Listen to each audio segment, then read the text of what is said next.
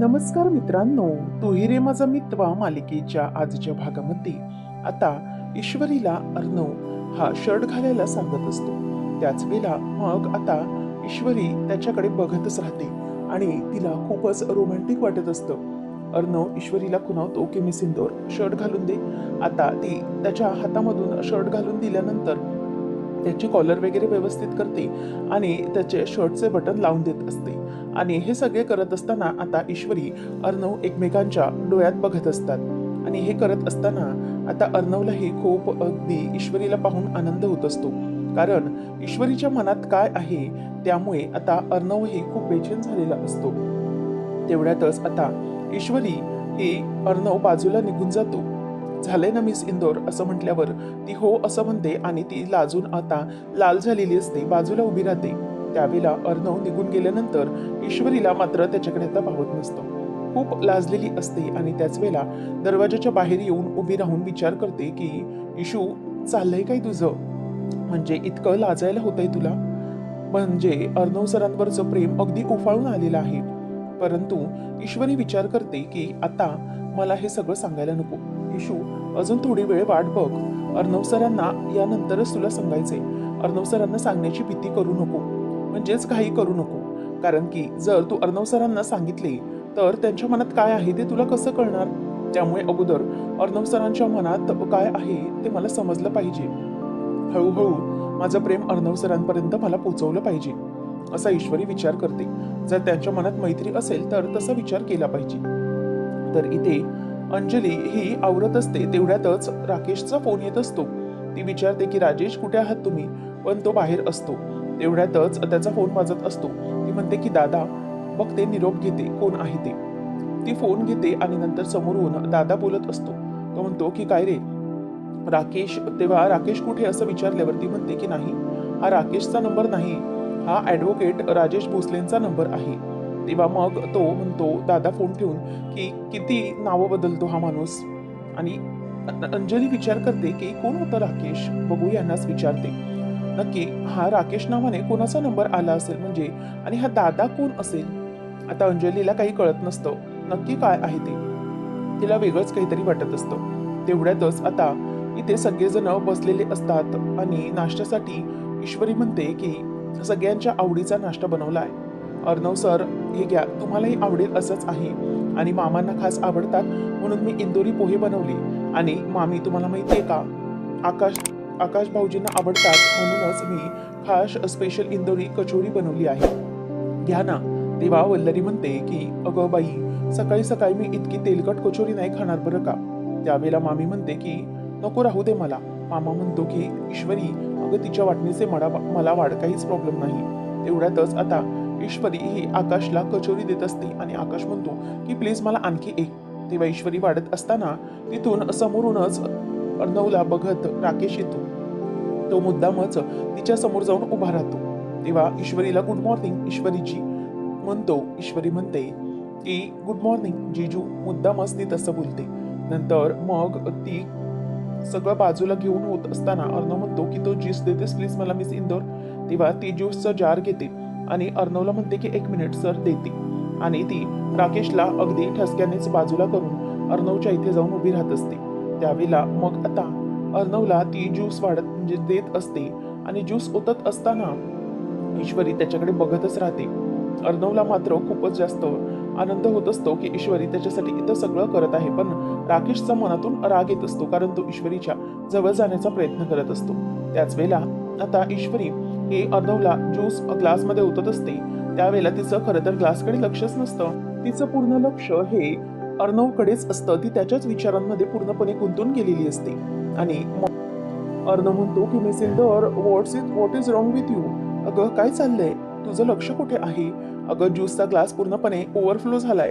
तेव्हा ईश्वरी म्हणते की हो. मग अर्णव म्हणतो की काय झालंय काय? ईश्वरी मनात विचार करते की अर्णव सर, तुमच्यासाठीचं माझं प्रेम असंच आता ओव्हरफ्लो होत चाललंय. ते बाहेर उफाळून येते अगदी, म्हणून माझं लक्ष कशातच लागत नाहीये. त्यावेळेला मग आता अर्णव म्हणतो की मिस इंदोर, अगं तुझं लक्ष कुठे आहे? तेव्हा मग त्यावर ईश्वरी म्हणते की तुमच्याकडेच आहे सर. तेव्हा सगळेजण हसायला लागतात. अर्णव म्हणतो मिस इंदोर, ठीक आहे चल. मामा पण आता गालातल्या गालातच हसतो. ईश्वरीची अवस्था सगळ्यांना समजत असते. नंतर अंजली येते आणि म्हणते की काय हो, तुमच्या फोनवर कुणीतरी दादाचा फोन येत होता आणि तो राकेश असं म्हणत होता. तेव्हा हे ऐकल्यावरती तो घाबरतो आणि म्हणतो की तू फोनवर बोललीस का काही? तो काही बोलला का? तेव्हा मग अंजली सांगते की नाही, म्हणजे तो एवढंच बोलला की राकेश बोलतोय का? मग मी सांगितलं की हा ॲडव्होकेट राजेश भोसलेंचा नंबर आहे. मग त्याने फोन कट केला. मग नक्की कोण होता हा माणूस? तेव्हा लगेच राकेश म्हणतो की अगं हो, दादा का? अगं म्हणजे ना तुला मी सांगितलं बघ मागे एक फेक आयडीची केस होती. म्हणजेच फेक आयडेंटिटी बनवतात, तर तसंच त्याच कामासाठी मी माझी स्वतःची राकेश या नावाने अशी आयडेंटिटी बनवली होती. मी तुला सांगितलं होतं. तेव्हा ती म्हणते की अच्छा हो, आलंय माझ्या लक्षात. तेव्हा मग लगेचच अंजली म्हणते की बापरे, किती विचित्र केसेस असतात तुमच्या आणि किती ते तुम्हाला डोकं लावावं लागतं. त्यावर मामा म्हणतो की अगं हो अंजली, म्हणजे काही वेगळीच गोष्ट आहे. तुला माहितीये का काय होईल आणि काय नाही याचं नेम नाही. म्हणजे जावई बापूंचं डोकं अगदी मास्टर माइंड आहे. कुठे डोकं लावतील ना काही सांगता येणार नाही. त्यावेळेला मग त्या लगेचच त्यावर राकेश म्हणतो की हो म्हणजे मामा तुमचं म्हणणं तर अगदी बरोबर आहे. माझं काम इतकं जोखमीचं असतं ना.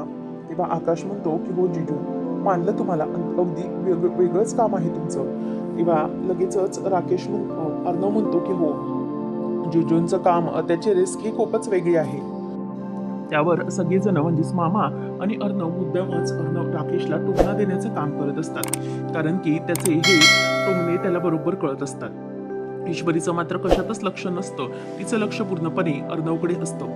आता राकेश गालातल्या गालातच हसत असतो. म्हणतो की बरं झालं या बावळ बायकेनं काही ऐकलं नाही, नाहीतर हा दादा याने सगळं जर हिच्या समोर बोलून दाखवलं असतं ना, तर खूप प्रॉब्लेम झाला असता. जाऊ दे, बघितलं पाहिजे मला. त्याबरोबर आता मामा विचार करतो की ह्या माणसाकडे लक्ष ठेवलं पाहिजे. मागच्या वेळेला याने पैसे उकळले होते अंजलीकडून 5 लाख रुपये. हे सगळं मला अर्णवला सांगितलं पाहिजे आणि काहीतरी निर्बंध घातला पाहिजे. नाहीतर हा माणूस आणखी अंजलीकडून पैसे उकळेल आणि मग काहीही कळू देणार नाही. तर ईश्वरी किचनमध्ये भाजी बनवत असते. तेव्हा मग आता लगेचच अनिता येते आणि म्हणते की ताई, हो सगळ्यांसाठी शेपूची भाजी बनवायची ना, मग तुम्ही हे काय करता? तेव्हा ती म्हणते की अगं, शेपूची भाजी अर्णव सर खात नाहीत ना, त्यांच्यासाठी मग स्पेशल व्हेज कुर्मा बनवते. अनिता म्हणते की मग मला सांगायचं ना, मी केलं असतं. ईश्वरी म्हणते की नाही, आज ना सगळ्यांसाठीचा स्वयंपाक मी करणार आहे, त्यामुळे मी सगळं काही बनवते, तुम्ही नका काळजी करू. सगळ्यांचं म्हणजेच अर्णव सरांचं सगळं फेवरेट मी बनवणार आहे, असं ईश्वरी म्हणत असते. त्याच वेळेला मग आता ईश्वरी ते करत असताना तिचं संपूर्ण लक्ष अर्णवच्या आठवणींमध्येच असतं. अर्णवने कसं तिच्यासाठी स्पेशल इंदोरी माहूल तयार केला होता. सगळं काही स्पेशल होतं. त्याचबरोबर आता अर्णवने ईश्वरीला शर्ट घालायला देखील सांगितलेलं होतं, तेच तिला आठवतं. त्याचबरोबर अर्णव हा ईश्वरीसाठी काही काय करतो, म्हणजे तिचा पाय मुरगळलेला असताना ईश्वरीचा पाय देखील दाबून देत असतात. हे सगळं आता तिला आठवत असतं आणि तेवढ्यातच अर्णव आता येत असतो आणि मग ईश्वरीला म्हणतो की मी सिंदूर. तिचं लक्ष नसतं. तिचं पूर्ण लक्ष अर्णवच्या आठवणींमध्येच आता हरवलेलं असतं. तेवढ्यातच अर्णव येतो. मिस इंदौर असा आवाज तिला देतो. ईश्वरी मात्र तिच्या विचारांमध्येच गुंतलेली असते.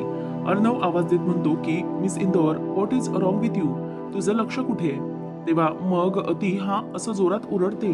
तेवढ्यातच ती टोमॅटो चिरत असताना तिच्या बोटाला चिरलं जातं. तेव्हा आता अर्णव म्हणतो की मिस इंदौर, अगं काय झालंय काय तुला?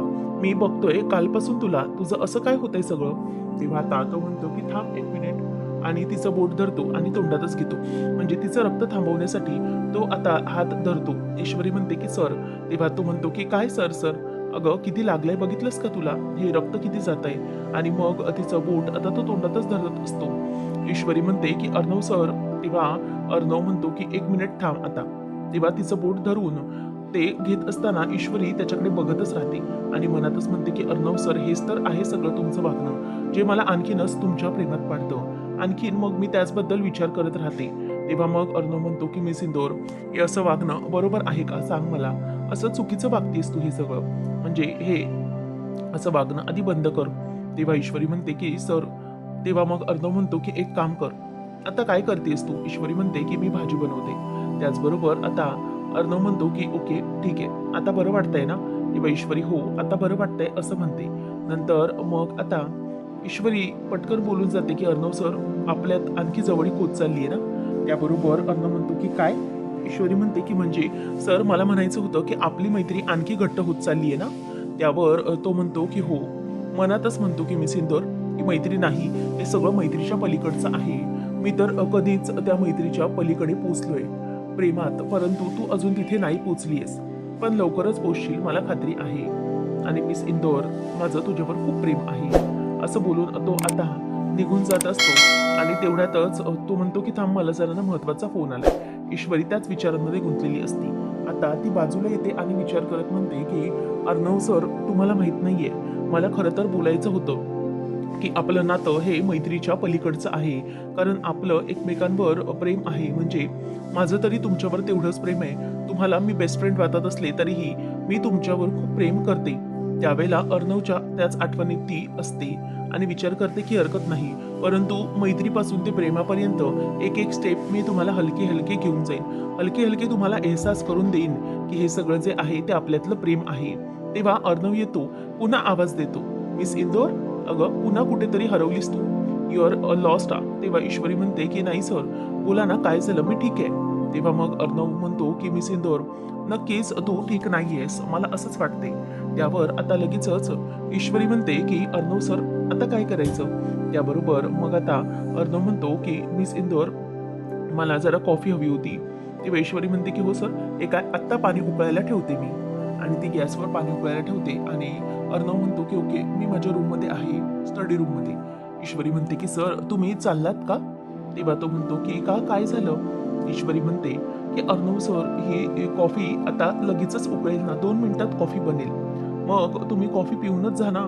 तेव्हा तो म्हणतो मी सिंदोर अगं मला ना काहीतरी पॉइंटर्स काढायचे असतात, म्हणजे हे सगळं जे माझी पीपीटी असते त्याचे मलाही प्रिपरेशन करायचे असते. तेव्हा मग ती म्हणते की तुम्ही तर हुशार आहात, तुम्हाला काय जरूरत. तो म्हणतो की असं नसतं मिस इंदोर, मला ही तयारी करायचीच असते. आणि हा ही तुझी जी कॉफी आहे ना ती 2 मिनिट काय 2 तासात पण नाही बनणार. ईश्वरी म्हणते की का. तेव्हा अर्णव म्हणतो की सी अगं तू गॅसच ऑन केला नाही, मग तुझी कॉफी कशी काय बनेल सांग मला. तेव्हा आता ईश्वरी विचार करते की बापरे, म्हणजे माझं राहूनच गेलं.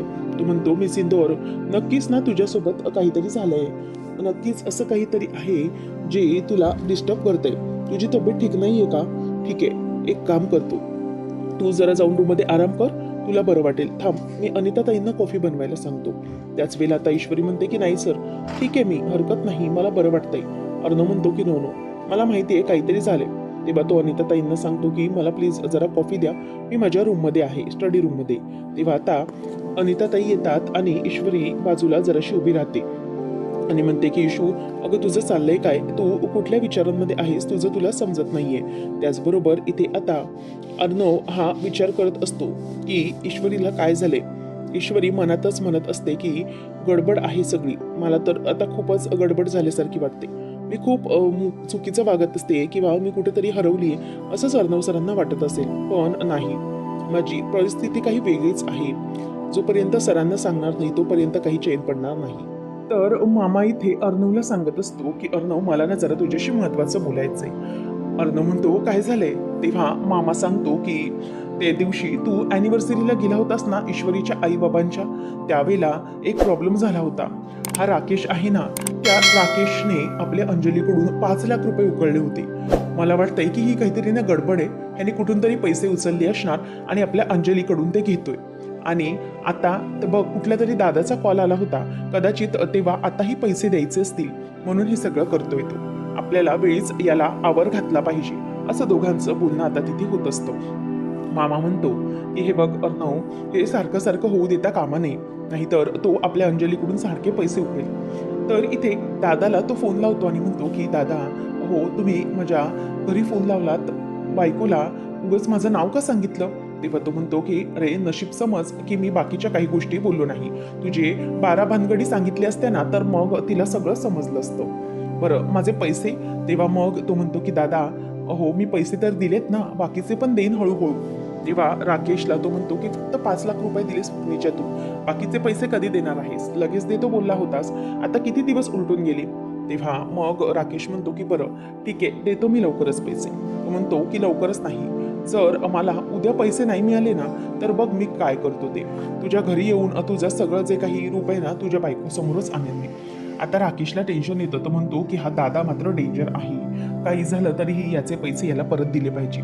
आता काय करू, याचे पैसे मी याला परत कसे देऊ, असा विचार आता राकेशच्या डोक्यामध्ये येत असतो. तर अर्णव आणि मामाने परफेक्ट एकदम डिसिजन घेऊन अगदी बँकवाल्यालाच घरी बोलवलेले असते आणि मग तो आल्यावर म्हणत असतो की मॅम एक काम करा, तुम्ही आणि सर यावर साईन करा, म्हणजे कसं आहे ना व्यवस्थित तुमचे प्रोसिजर होऊन जातील. तर राकेश तेवढ्यात येतो आणि विचार करतो की अरे वा, म्हणजे हा चिंटू बहिणीच्या नावावरती आणखी काही प्रॉपर्टी करतोय का?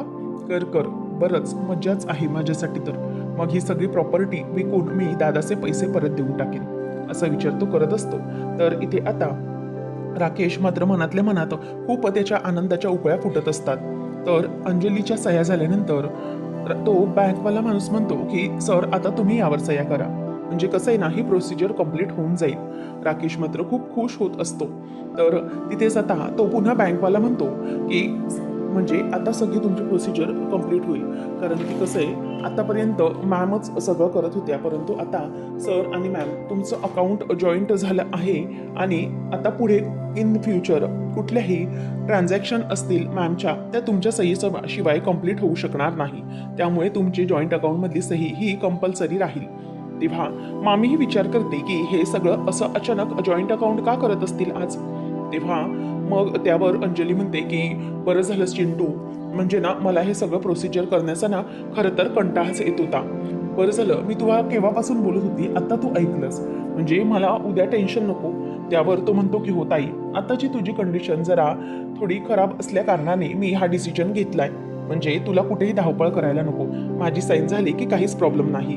तेवढ्यातच तिथून आता राकेश येतो आणि तो बसल्यानंतर अंजली त्याला सांगते की हो मी आणि चिंटूचं अकाउंट जॉईन केले, म्हणजे कसं आहे ना हे काही ट्रान्झॅक्शन असतील ते चिंटूच्या सहीशिवाय कंप्लीट होऊ शकत नाही.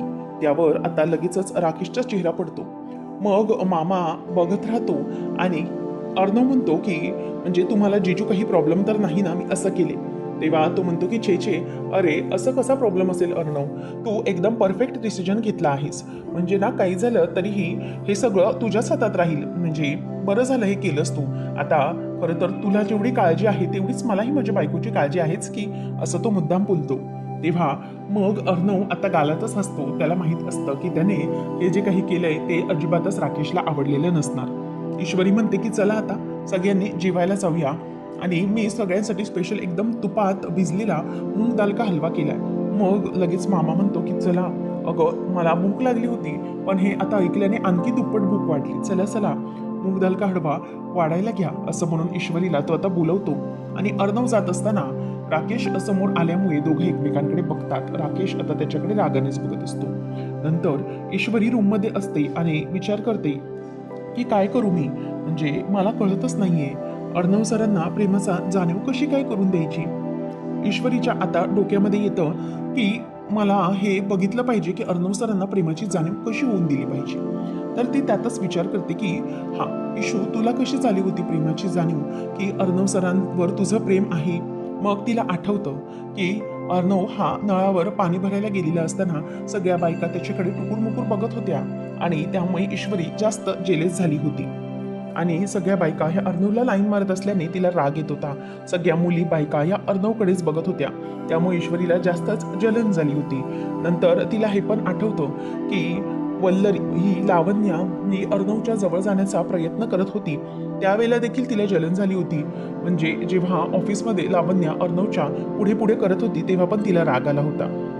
आता ईश्वरी विचार करते की बरोबर, म्हणजे अर्णव सरांच्या दुसरं कोणीतरी जवळ जात आहे याची जेव्हा मला जाणीव होत होती तेव्हा मला जलन होत होती, म्हणजे याचा अर्थ की असंच माझ्या बाबतीत पण काहीतरी केलं पाहिजे, म्हणजे अर्णव सरां म्हणजे माझ्याजवळ कोणीतरी येण्याचा प्रयत्न करतंय हे जेव्हा अर्णव सरांना समजेल तेव्हाच तर त्यांना माझ्यावरच्या या प्रेमाची जाणीव होईल, पण हे कसं करायचं असा विचार तिच्या आता डोक्यामध्ये येत असतो. पुढच्या भागामध्ये आता 7वी फॅक्शनचे विंटर कलेक्शनचे बॉक्स रिटर्न आलेले असतात. तेव्हा मग जे इन्व्हेस्टर असतात ते म्हणतात की मिस्टर राजशिर्के, तुम्हाला तर पूर्ण कॉन्फिडन्स होता की हे जे विंटर कलेक्शनचे बॉक्सेस आहेत ते पूर्णच्या पूर्ण माल विकला जाईल, परंतु तसं काही झालं नाही. मार्केटमधून हे बॉक्स सगळे रिटर्न आलेले आहेत.